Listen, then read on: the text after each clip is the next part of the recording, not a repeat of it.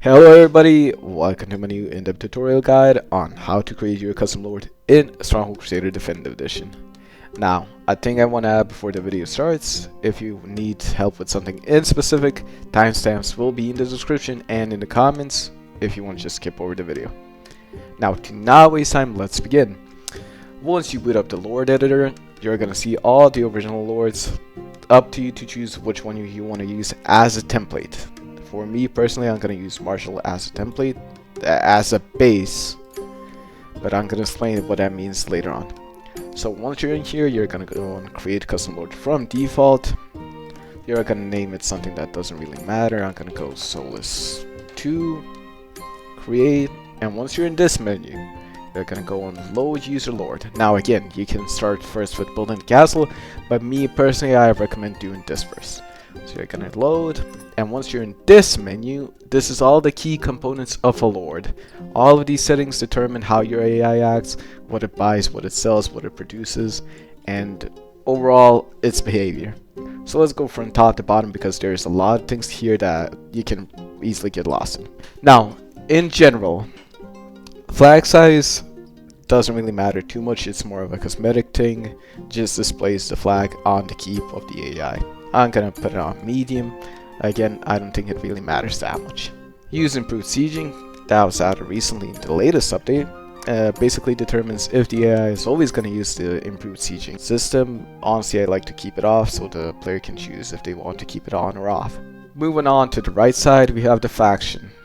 Crusader, female Crusader, Arabic, basically what lord the AI will use.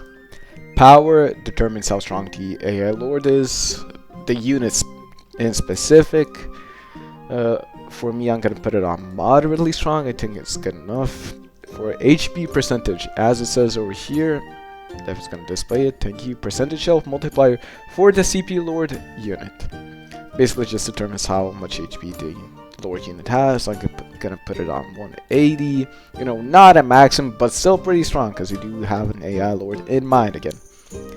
Carrying on, economy. Another thing I want to add before I start, some of the text is blue and some of the text is white. What that means is blue text does have a description, so if I do not explain it correctly even, or I guess in a way you wouldn't understand, you can always read these, but I'm not going to be reading those.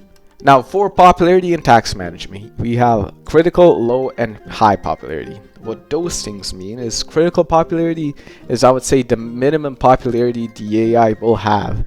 For any amount of reasons during battle, during a siege, it's going to lower itself to the number you put on the slider.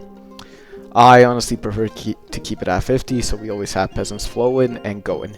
Low popularity, same as the last one, but it's just low popularity. It's trying to balance it out, and it's going to take measures, as it says over here, to raise it up. So me personally, I like to keep it on 75. And high popularity is the maximum amount of popularity the AI will have before it starts, let's say, abusing things like taxes to make money out of it and to lower it. And now, minimum maximum taxes, self-explanatory. Minimum taxes, honestly, I'm gonna put at low. Maximum taxes, extortionate. Now to explain this a little bit, none is 0, small bribe is +2, popularity large +4, and so on, so on. Low -2, -4, -6, -8, and so on. So I'm gonna put it on low. Double rations threshold, as it says right here, it refers to the minimum number of units of food in total the CPU must have before even enabling double rations as a popularity measure. So to make it simpler, or put it in simpler terms, this means the amount of food the AI will have at which point it'll put on double rations. So for me, I'm gonna put it on 120. I know it might be a little too high, but again, up to you. Now we're gonna go on to market, food, weapon purchase amount. Again, I think it's self-explanatory how much the AI buys food or weapons. Product request delay basically explains the delay between the requests the AI will send to you if you're both allies. So if it's gonna request more resources, it's basically the delay between requests. Now, product send threshold. is basically the amount of resources the AI will need to have after sending your resources to you to even have the chance of sending it to you. So let's say, for example, you have, I don't know, swords, and you request the AI to send you 5 swords. The AI has 10 swords, and if we put the threshold at like 5, it's gonna be fine. It's gonna send you the 5 swords because it's still gonna keep the 5 after sending the goods. So for me personally, I'm gonna put it on 10. Honestly, actually, never mind. I'm gonna put it on 5. I think it's good enough. Food sell threshold, I think it's simple enough, self-explanatory. After what amount of food the AI sells the food, I'm gonna put it on 150. I think it's good enough. Apple, cheese, bread buy threshold. I think it's simple enough. The minimum amount of food the AI will have in its granary. What that means is it's gonna try to do its best to always keep buying food to keep it at that number. So for me, again, you don't have to do this. Some might think it's a waste of resources, but I do prefer to keep it like this. So 0, 20, 0. Again, depends what AI you use, what you want. Now, we didn't hop buy thresholds, same as last time. I'm gonna put it both on 10. Just the minimum amount the AI will buy or to keep at that number.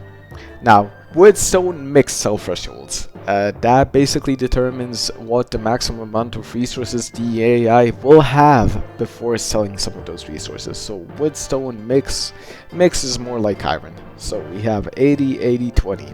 80 wood it'll keep, 80 stone it'll keep, and 20 mix such as iron it'll keep. Now, weapon and nail sell threshold, same as last time, but this is a little more specific. What I did here is 16 weapons and 12 ale. Now, after it reaches 12 ale, and once it, let's say it gets 13 or 14 ale, it's gonna sell 2 to keep it at 12. Pitch flour, same as last time. I think it's pretty simple, self-explanatory. Now, trade minimum. It's the minimum amount of resources the AI will trade. What trade means is basically sell. So let's say, for example, the AI has 10 pitch, right? And it gets another pitch that is 11. And if the trade minimum is 4, it's gonna sell 4 of those pitch, making it 7 pitch left in the stockpile. So I prefer to keep it at 0, so there's no complications in that. Now, gold reserve, again, you can hover over to see what it does. The amount of gold the CPU lord will not fall below and prevent bankrupting themselves. Honestly, doesn't matter too much, but I like to keep it on 250 by carrying on. Build construction. Every single text over here is, I think, self-explanatory, but again, I'll go through it. Build delay. The delay in, as it says over here, text or phrase the CPU lord waits between constructing different buildings. So if you want a fast lord, put it at 1. If you want a slow lord, put it at 3 or 4. But I would recommend putting it at, putting it at 1. Build repair delay is the delay between the AI getting attacked, getting sieged, and it repairing those buildings. So for me, again, this is all, some of this is already pre-built, pre-prepared, because we use, again, Marshall as a base, as a template. So he has it on 40. Not sure what the number I should put in here, because again, I don't think it says, it doesn't say like what it used to count, but I'm gonna personally put it on 20. Or no, I'm gonna put it on 5. I think it's fast enough because again, you want your AI to repair quickly. Population per farm, wood, and quarry. That basically means how much population the AI needs to build those buildings. Now, for example, the first one is of course for farms. We're gonna put that on 6. Oh, that's 5. So for every 6 population, the AI is gonna build 1 farm. Next up, woodcutters. Same as the farm. Now, population per iron and pitch, same thing, but again for iron mines and pitch rigs. So I'm gonna put this on 10 and gonna put this on 45. Max farms, wood, and quarry. So basically this is determining the max amount of those buildings. Again, you gotta rely on this, and you gotta remember how many houses you are gonna build. But again, we're gonna come to that later. So max farms, I'm gonna put it on 14. I'm gonna leave this on 8, and I'm gonna put this on 6 quarries. Max iron and pitch, again, same as last time, 10, I'm gonna put this on 2. So, once we're done with that, we go on to resources. Farm types, this is all the farms the AI is gonna use, so let me just set those up real quick.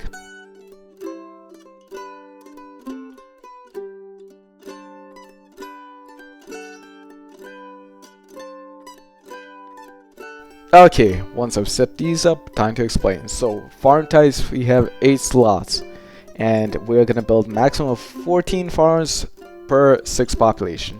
What does that mean? That means that the for every 6 population is gonna build 1 farm, and it's gonna continue down this list. Now, once the list finishes, the AI will simply cycle back to the first one and continue the order. Next up, blacksmith, fletcher, and poulterer mode. Pretty self-explanatory. It decides what mode or what things those buildings will produce. Always sold resources, again, pretty simple, pretty self-explanatory. I'm just gonna put up, what am I gonna put on here? I'm gonna put on spears over here, and I'm gonna put on maces. Again, self-explanatory, but I will explain that just means that the AI will always sell those resources whenever he gets them. Military command. Defensive harass siege unit recruitment chance. That basically determines what are the percent chances of the AI recruiting those units in specific scenarios. Now, we have 3 different states for the AI. Weak, normal, strong. Weak is when the AI is under attack. Normal is when the AI is building its castle. And CPU strong is when the castle is finished. So it doesn't have to waste resources on building the castle, it can just focus on making units. So, for me, what I like to do is I'm gonna put 75 on defensive units, 0 here, and 25 here. Now, again, those don't have to be 100%, but the AI will overproduce units, let's say. Now, what I did not mention is recruitment intervals. How often the AI cycles through the chances of recruiting units. So I'm going to put on twice per day, I apologize, to make it fast and strong. Now, CPU is normal, as I said, while it's building the castle. While it's building the castle, I would say a lot of focus should be on defensive units. Again, up to you. Put 20 here, 50 to 20, that's 70, and we have 30 over here on siege. CPU is strong. I'm gonna put 30 on defensive, 30 on harassment, and 40 on siege. Again, another thing I want to add, when the AI reaches the defensive unit count, it's gonna not recruit those anymore, it's gonna focus on harassment and siege. Defensive forces, defensive unit types, this is the unit types that will be on your towers, on your walls, and on your keep. So let me just set these up real quick. Okay, once we have set that up, you can see I have a lot of crossbowmen and normal European archers. What that means is, as the farms, the AI will cycle through all of these. Once it finishes the cycle, it'll cycle back again until it reaches the total defenders count. Now, defenders in castle count, I'm going to put on 106. Those are, again, as I said, units on your towers, walls, gates, and keep. Total defenders count. This also counts the units that are outside, defending your economy, defending the forests, and such. Now, a thing I didn't notice is for some reason the AI, once it loses a tower, it will not recruit those units back. It'll focus on recruiting units for defending the economy, which will fill up the total defenders count, which makes it so the towers are basically empty. So until that is fixed, maybe it has been fixed, I did not test out yet, but I'm gonna put all of the total defenders in the defenders in castle count. Again, maybe later on it was fixed, maybe it was already fixed, but I just don't know, so hopefully if someone knows, do leave it in the comments. Mobile patrol speed, those are for the units defending the economy. I don't think it really matters that much. I'll just put it on 0 and put it on 0. But to explain the mobile patrol speed and groups, how many of those groups that are going to be moving between the farms, the quarries, how fast they're going to be, and how many of those will be there. You can have max up to 5. Again, slider over here. Engine gold threshold and build delay. as it says over here, this was a part of the latest update, I'm pretty sure. It basically describes the minimum amount of gold before the AI builds siege equipment for defensive purposes. So I'm gonna put 300 here, and the build delay I'm gonna put on 2. Protection patrol interval groups, again same as over here. You can choose if they're gonna be mobile or static, doesn't really matter too much. I'm gonna put on 2 and 2. I do not think the AI will do anything about this, but again, I have noticed that the AI does make some units for defenses and leaves them outside castle walls, but not defending the economy. Again, not sure how that works, but I'm gonna leave it as is in case the AI makes those. Now, reactive defense or first responders, economy defense units. Those are the units that are gonna go and try to defend the economy once you're getting attacked. Bodyguard defense units, they're gonna go to the last location of a destroyed building and try to get rid of all the enemy troops over there. Digger defense unit, I think self-explanatory, digs up the moat if you do have any. Dockade trigger level and delay. Now, I do not fully understand the point system, but the level is basically depending on the troop type. The AI is gonna open up those dark cages if there's enough units in there. Now, I'm guessing pikemen, swordsmen, knights, crossbowmen have different point levels, but depending on those is when the AI will open those dark cages. And of course you have the delay over here. I'm not really going to touch that because I do not plan to use dark cages, but again, if you are, I would recommend testing things out. Now carrying on to harass force, unit count base and variance. Unit count base, the base number of units that are going to be used for harassment, I'm going to put on 10. And variance, the variance of that number, I'm going to put 2. Again, variance, not fully sure how it works, but I'm assuming how far away from the base number it is going to be. So 2, it can be 12 harassment units. Harass unit types, I'm going to leave on knights because I do plan to use those. Siege engine count, how many siege engines can be active at once to harass the enemy lord. And right under you can see the types. I'm going to put on catapult, fire ballista, catapult. And now again, as everything else, is just going to cycle through all of these and keep going back and forth, back and forth. Retarget interval, the interval or the time between the AI lord retargeting other forces to harass. Now, siege forces. Minimum siege troops and variance. Again, the minimum number of units the AI will use for an attack, and the variance from that number, I'm going to put 200. Now, vanguard units, the leading unit in the siege army. I like to put archers here. I'm gonna put a 16 over there. Why those? So they can immediately go in and try to attack. Backup troops, those are gonna be the units that are gonna be staying back until there's a clear path to the enemy AI, and once that happens, then they'll move in. So for those, I'll put under 16 over there, and again, you can change the amount of groups there are. I'm gonna leave it on 2. Now, patrol troops, those are going to be the ones that are going to be patrolling ahead of the army and distracting. Engage limit, the units that are going to engage and try to distract the enemy units. For those, I'm going to put on crossbowmen. How many there will be? I'm going to put 40. Again, you can put a lot of different units, depends on you. Siege protection troops, you don't really have to do a lot over here, but again, these are going to be the units that are going to be staying back with the siege equipment if you're going to be using trebuchets, if you're going to be using catapults, in case the enemy uses things such as knights, heavy camels. Those are going to be there to defend those. I'm going to put 2 knights over there. I'm going to put 1 group. Now, siege army unit, basically the main unit that's going to be used in the attack. I'm going to use pikemen.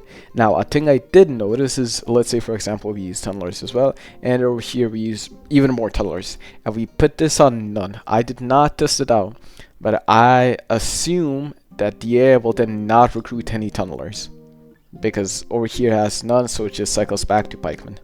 But again, up to you to try and test it out. I'm just going to leave it on none. Siege army limit and group counts, self-explanatory, the limit of the army and how many groups there are. I like for it to be a little more spread out, so I'm gonna put it on 6.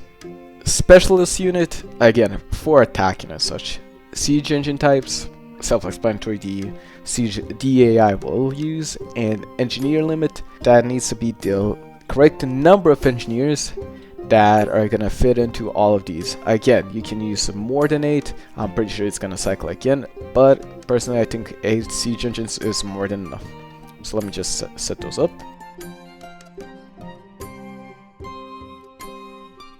Okay, once you have set those up, again, engineer limit I have on 22. That should be enough to cover all of these siege engines.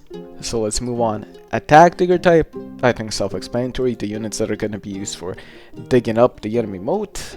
Digger limit, again, self-explanatory, I'm going to put it on 50. Now, these pikemen are not going to go with these pikemen that are going to be in the siege. They're a completely different group of units, but they are going to count towards the siege army limit. Assassin limit, ladderman, tunneler limit, again, self-explanatory, I do not think I need to explain those. Alliance targeting, I would recommend to put on closest player. Now again, it can be richest, weakest, closest, any, or human player. I put it on closest player, why? In case the map is a little different, it's a little wonky, so there's one AI in front and the player back, and if you select, for example, human player, all of the units are basically going to die because they will not focus on the keep in front of them, but the keep in the back. So that's why I'm going to put on closest. Cooperation chance, the chance of the AI working together with you if you say, come on, let's go attack. I'm going to put it on 75 because again, maybe we don't want it to always attack. Siege assist threshold. It says over here the minimum number of troops a lord needs to be able to help allies in a siege. I'm going to put it on 50 because 10 I would say is a little too weak. And again, I want the AI to make at least something of an army. Carrying on.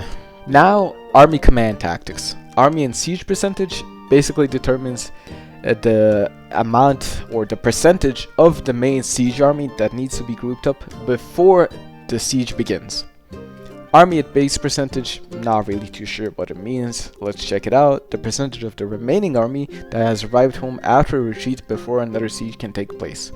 Not really sure what that means. I know I'm supposed to be the guy here, but I like to leave it at 2 to keep it even 100%. Now, castle bombardment duration is how long the archers and the catapults, the siege, is gonna attack and quote-unquote weaken or soften the enemy castle, basically destroying their walls, killing their archers, before it sends the main unit in. For me, again, that is pikemen. So I'm gonna put it on 10. Success retreat delay, basically how long the main army is gonna stay at the grave of the enemy lord if it kills it before retreating. And I want it to be fast. I do not want our units to basically stand still and not do anything, so we want to retreat them quickly. Now, cow throw winner roll. How often the CPU lord launches a cow using, of course, catapults or trebuchets. Over here it says most lords have somewhere between 500 and 1,000. Now, what that means, I'm not pretty sure how they count those, but I like to put it on 750 so you can see some cows being thrown, but not a lot. Again, because we're only going to have, if we go back over here, which I skipped, a singular dairy farm. So you got to keep that in mind as well. Now, normal starting forces, Crusader starting forces, and deathmatch starting forces. I think it's pretty self-explanatory, basically what units the AI is going to begin with at the start of the games. All of these units are going to be used for defense, not offense. So if we start with 8 archers, it's going to immediately send those to the locations of the towers that are going to be set up again later when we build the AA castle. But for now, let me set these up.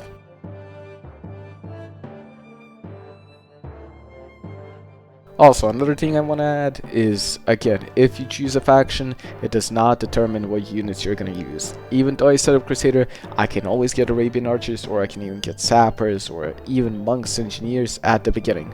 So it doesn't really matter what faction you chose. Now, once we have set that up, congratulations, you have finally finished I would say the key components of an AI. You're going to go and save. You're gonna save the name for it. I'll leave it as SOLAS2, and you're gonna overwrite save file. Now do not worry, this is just overwriting the base template. Again, I use Marshall for it, so we're just overwriting that. Alright, once we're done with that, we go on to the second half of the, I suppose, making of the AI, which is making its castle. Now if you go and load user castle, you will see one that is already here. that is basically, again, from the base, from the template. I use Marshall for the millionth time, so it's gonna use this castle. Later on I'll show you how to get rid of that castle from the files, but for now we do not use it. What we're gonna do is leave castle and then new castle. Okay, I have gone ahead and actually loaded up my past AI that I already finished. It's the same thing, it works the same way, basically copy and pasted, but I just finished the castle over here. So once you're in this menu, you're basically all you're gonna see is your keep, nothing else. So you have multiple segments here, such as walls, castle, gatehouses, so on and so forth. All of these are buildings that you do want to use. Again, you will need to use if you want to make a proper castle. Now, a little more explanation. I would recommend building first the things such as marketplaces, granaries, stockpiles, and of course hovels. Now, to go a little more into detail, some things do not account for the build order, such as good things. As you can see here, I have here statues, maypole, large gardens, which are basically the positive fear factor buildings. Now, those are independent, and the AI is gonna build those, and then it determines that it needs that +1, +2 fear factor.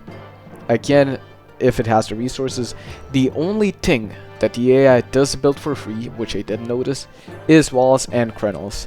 Things such as drawbridges, gatehouses, towers, and overall pitch, those are going to use up stone.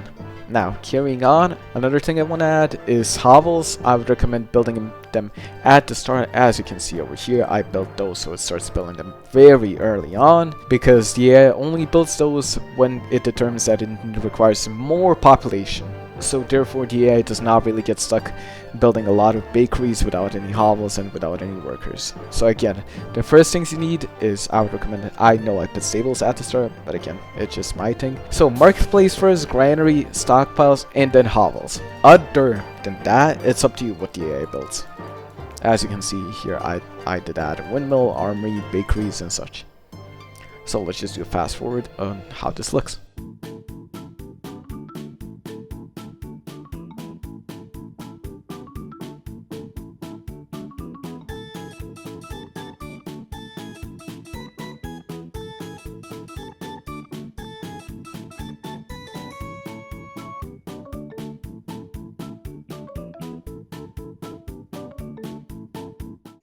Another thing I want to add before we actually go on and boot up the game is, if you can see here, we do have a lot of, it's really bad to look at, but for example, I have oil here, which is basically the oil pourers or the engineers holding the oil. They're all ordered in numbers, which basically means okay, let me try to explain it again.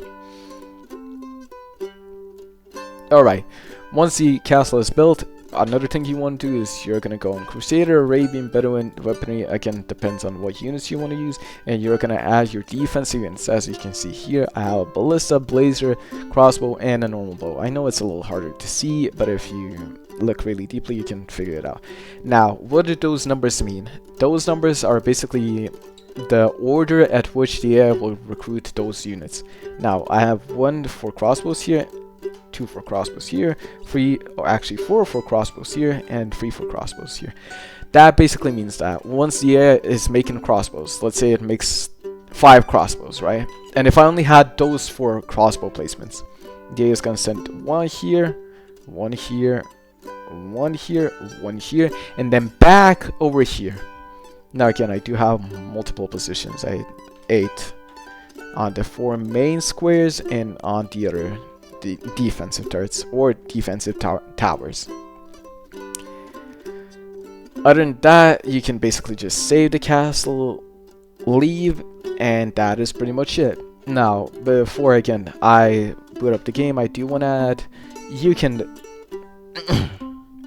yeah, I'm sorry, Garfield. Actually, another thing I want to add before we go on and boot up the game is you can now add custom avatars to your lord. Simple as that. You can just click on create custom lord. I'm sorry, every single time I start recording I just lose myself. Another thing I want to add before you actually boot up the game is you can now add custom avatars to your lord. That has been added like 2 days ago in the most recent update. So what you're gonna do is just create a custom avatar template. We're just gonna boot up the files, and it's right here. And if we open it real quick, you can see it. Of course, it is meant to be a template. And now, how do you change it? They actually do explain it in the game. So custom avatar help simply explains how the image has to be 144 by 144 pixels, and it has to be named avatar.png. If you want to replace the old one, you can either delete it, add your new not new template, I apologize, a new avatar, and just rename it again to avatar.png. And of course, it has to abide by the rules of the Steam Workshop if you're uploading it over there. Other than that, you're pretty much done. You can just go back and you can exit the program. The turd has breached the walls.